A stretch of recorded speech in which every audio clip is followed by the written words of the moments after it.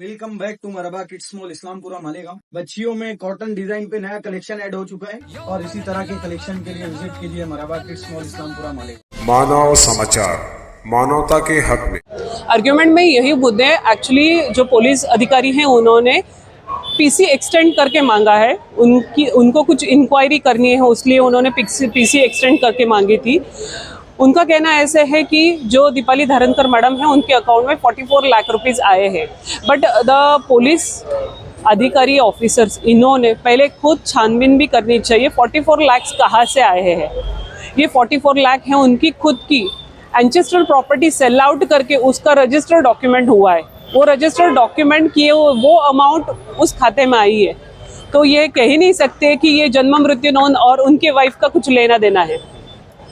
इसमें ये भी बताया जा रहा है कि फ़ोन पे से, गूगल पे से कुछ पैसे मतलब उनको ट्रांसफ़र किए गए थे। ये देखो, ये तो पुलिस अधिकारी है, ये छानबीन करेंगे ही, उनको ये पता चलेगा ही चलेगा इसका क्या है। जिस तरीके से इस केस को इतना सीरियसली लिया जा रहा है, आप एक एडवोकेट है, जिस मामले को लेकर उनको अरेस्ट किया गया है, क्या इस मामले को इतना गंभीर मतलब समझा जा सकता है? एक बात देखी जाए तो इतने 3900 certificate birth and death certificate issue है, बट सच में इन सब सर्टिफिकेट में से झूठ सर्टिफिकेट है क्या?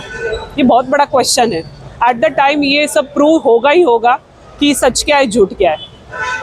लेकिन बेल भी मतलब अप्लाई नहीं की जा रही है अभी तक। जितने लोग मतलब जेल में हैं उनको बेल भी नहीं मिल रहा है। कानून ये कहते हैं कि बेल अधिकार है।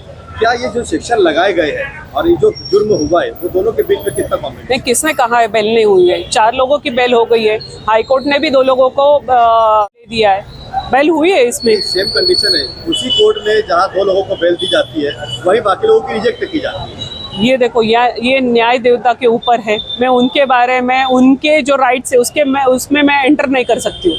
हम एज अ मतलब रूल्स एंड रेगुलेशन अगर देखा जाए तो पूरे इन्होंने जो चार्जशीट फाइल की है उसमें कुछ भी ऐसे दिखा नहीं है। देखो, आप में मीन्स इंडिविजुअल में जो लेना देना है वो एक दूसरे का है, उससे लीगली कुछ जुड़ा नहीं है।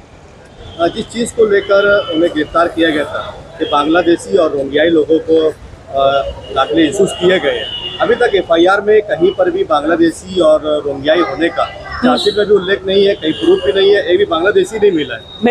मैंने स्टार्टिंग में आपको यही बताया है, अब तक किसी ने प्रूव नहीं किया है कि death certificate and birth certificate में से भी किसी का झूठ निकला है। ये अभी तक प्रूव नहीं हुआ है।